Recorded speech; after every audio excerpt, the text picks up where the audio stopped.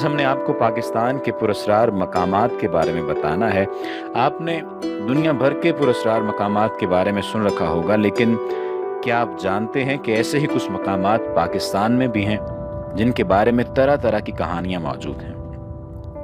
कुछ जगहों के बारे में कहा जाता है कि यहाँ परियां रहती हैं, तो कुछ के बारे में ये कहा जाता है कि यहाँ रूहें राज करती हैं। तो आपको चंद ऐसे मकामात के बारे में मालूमात मिलेंगी आज की इस वीडियो में। सबसे पहले है कोहे चिल्तन। कोयटा के नज़दीक वाक़े इस पहाड़ी सिलसिले को चेलतन कहा जाता है, यानी 40 जिस्म। इस जगह के बारे में मशहूर है कि यहाँ 40 रूहें भटकती हैं जिनके वालिदैन ने उन्हें तन्हा मरने के लिए छोड़ दिया था।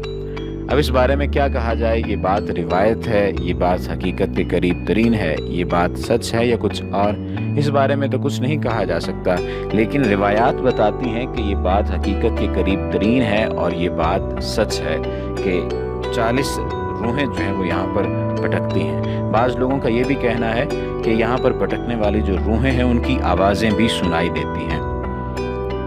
मकली का कब्रिस्तान, ये वो दूसरी जगह है जिसके बारे में कहा जा सकता है कि ये पुरस्कार जगह है। मकली कब्रिस्तान मकली ठट्ठा के करीब वाक़ है। ये कब्रिस्तान जिसमें लाखों कब्रें हैं, तकरीबन 8 किलोमीटर के रकबे पर मुहित है। यहाँ कई बादशाह, मलका, उल्मा, फ़लसफ़ी और जर्नैल सुपुर्द खाक हैं। यहाँ की कब्रों की ख़ास बात उनके दीदा ज़ेब खद्दोखाल और नक्शो निगार हैं, जो न सिर्फ अहले कब्र के ज़माने की निशानदही करते हैं बल्कि उस वक्त की तहजीब, सकाफ़त और हुनरमंदी का भी मुँह बोलता सबूत है। यहाँ मौजूद कब्रें तारीखी एतबार से 2 अदवार में तकसीम की जाती हैं। पहला बादशाहों का दौर, जो कि 1520 सने ईस्वी से तक का दौर है, जो शुरू होता है 1352 से, यानी 1352 सने ईस्वी से 1520 सने ईस्वी तक का दौर।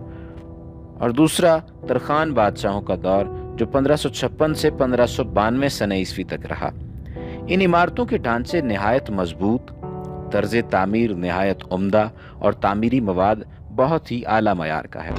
इन कब्रों पर की जाने वाली जो नक्काशी और कशीदाकारी का काम है वो अपनी मिसाल आप है। ये कब्रिस्तान तारीख का वो विरसा है जो कि कौमों के मिटने के बाद भी उनकी अज़मत व हुनर का पता देता है। इसको देखने के लिए हर साल हज़ारों लोग इस कब्रिस्तान में आते हैं। एशिया का सबसे बड़ा कब्रिस्तान मकली आलम विरसे में शामिल है। यानी आप ये देखिए कि इतना बड़ा कब्रिस्तान है कि इसमें बादशाह भी हैं, मलका भी हैं, उलमा भी हैं, फ़लसफ़ी भी हैं, जर्नैल भी सुपुर्द खाक हैं। और इसका दौरानिया शुरू होता है 1352 सने ईस्वी से लेकर 1592 सने ईस्वी तक, यानी कमोबेश 240 साल का जो अरसा है वो मुहित है। और 240 साल के अरसे में जितने भी लोग फौत हुए, जितने भी अजीम लोग फौत हुए, अजीम लोगों से मुराद बादशाह, मलका, उल्मा और फ़लसफ़ी लोग हैं, ये तमाम के तमाम लोग यहाँ पर दफन हैं। और इसकी सबसे बड़ी और अहम बात ये है कि इनके दीदा ज़ेब जो खदोखाल हैं और नक्शो निगार हैं, ये अहले कब्र के ज़माने की निशानदही करते हैं और इनकी सकाफ़त को अभी भी चमकाए हुए हैं। शहर रोगन बलूचिस्तान में वाक़ इस शहर के बारे में मशहूर है कि यहाँ जिन या बदरूहें मौजूद हैं। कहा जाता है कि हज़रत सुलेमान अलैहिस्सलाम के ज़माने में यहाँ बदीउल जमाल नामी शहज़ादी रहा करती थी, लेकिन उस पर जिन्नात का साया था। कई शहज़ादों ने उसे इन जिन्नात से छुड़ाने की कोशिश की, लेकिन तमाम नाकाम हुए। और फिर एक दिन शहज़ादा सैफुल मलूक ने इसे इन जिन्नात से छुड़ाया। लेकिन अब मशहूर है कि ये जिन अब इन इलाकों की पहाड़ों, गारों और नदियों पर हुकूमत करते हैं और यहाँ आने वाले लोगों पर हमला करते रहते हैं।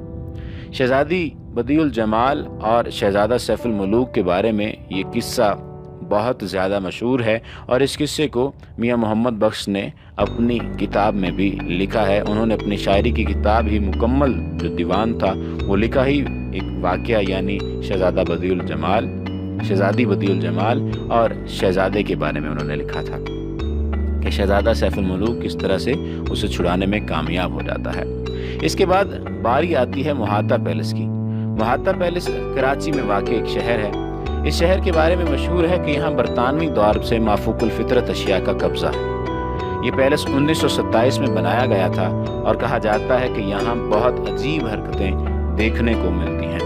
کبھی پیلس کی روشنیاں خود بخود مدھم اور تیز ہو جاتی ہیں اور کبھی غیر مانوس سی آوازیں آنے لگتی ہیں۔ یہ بات کس حد تک ٹھیک ہے، اس بات کے بارے میں کون کیا جانتا ہے، یہ تو آپ کو جا کر ہی پتہ چلے گا، اور آپ کو وہاں جو مہاتا پیلس ہے اس کو وزٹ کرنا پڑے گا۔ آپ جب جائیں گے تو پھر ہی آپ یہ فیصلہ کر پائیں گے کہ کیا یہ حقیقت ہے یا یہ جھوٹ ہے، کیونکہ اگر صرف باتوں کے بارے میں کہا جائے یا باتیں ہی سنی جائیں تو اس بارے میں کچھ بھی نہیں کہا جا سکتا کہ یہ کتنی حقیقت ہے، یہ کتنی سچائی ہے اور کتنا جھوٹ ہے۔ اس کے بعد باری آتی ہے موہنجو دڑو کی۔ 2000 سال پرانا یہ شہر اپنے اندر کئی راز سمیٹے ہوئے ہے۔ سائنسی تحقیق کے مطابق یہ شہر تھرمل نیوکلیئر دھماکے کی وجہ سے تباہ ہوا، اور سائنسدان اس بات پر حیران ہیں کہ 2000 سال قبل کس طرح اس علاقے کے لوگوں کو ایٹمی دھماکے کا علم تھا۔ تاہم ابھی تک اس راز سے پردہ نہیں اٹھایا جا سکا۔ 2000 پرانا سال یہ شہر ہے موہنجو دڑو، اور آپ یہ حساب لگائیے کہ وہ لوگ اس وقت نیوکلیئر دھماکے کی وجہ سے تباہ ہوئے تھے۔ جس طرح سے آپ نے ہماری پہلی ویڈیوز میں اہرام مصر کے بارے میں سنا، اہرام مصر کے بارے میں آپ نے جانا کہ اہرام مصر کو اس وقت میں کس طرح سے ترتیب دیا گیا تھا، منو جو بھاری پتھر تھے ان کو کس طرح سے اوپر لے جایا جاتا تھا، لیکن ان کی تعمیر آج بھی معمہ بنی ہوئی ہے کہ وہ کس طرح سے ہزاروں من بھاری پتھر کس طرح سے اوپر لے جاتے تھے۔ اس کے بعد باری آتی ہے کوہ سلیمان کی۔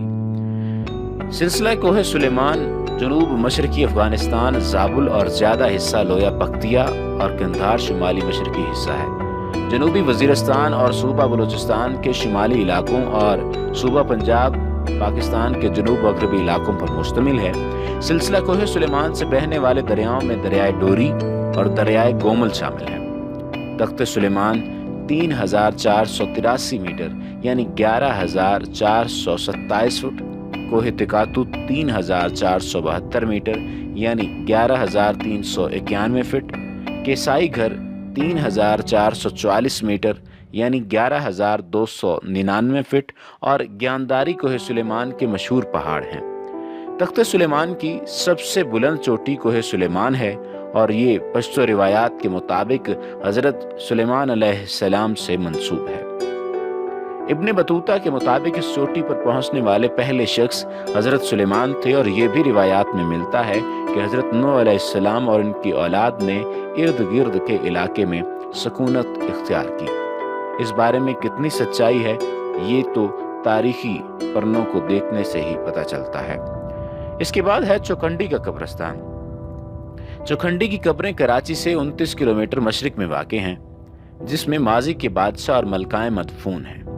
اس متروکہ قبرستان کے بارے میں مشہور ہے کہ جیسے ہی سورج غروب ہوتا ہے تو یہاں موجود قبریں جلنے لگتی ہیں اور بہت زیادہ گرم ہو جاتی ہیں۔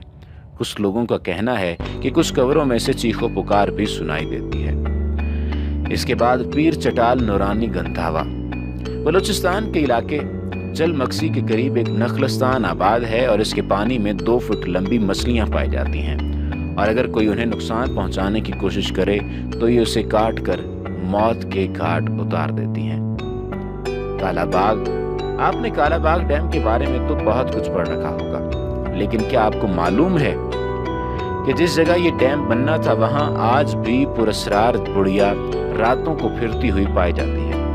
جن لوگوں نے اس بڑیا کو دیکھا ہے ان کا کہنا ہے کہ یہ چھوٹے قد، فربا جسم، لمبے بالوں والی بڑیا راتوں کو وہاں چلتی ہوئی دیکھی جاتی ہے۔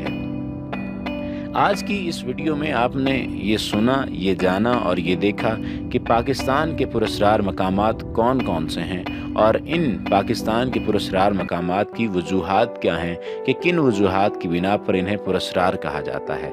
کالا باغ ڈیم شامل تھا، پیر چٹال نورانی گندھاوا، چوکھنڈی کی قبریں، چوکھنڈی کا قبرستان، تخت سلیمان سے منسوب کوہ سلیمان، اس کے علاوہ موہنجو دڑو مہاتا پیلس، اور سب سے جو بڑی بات ہے وہ شہر روغن شامل ہیں۔ امید ہے کہ آج کی ویڈیو آپ کو پسند آئی ہوگی۔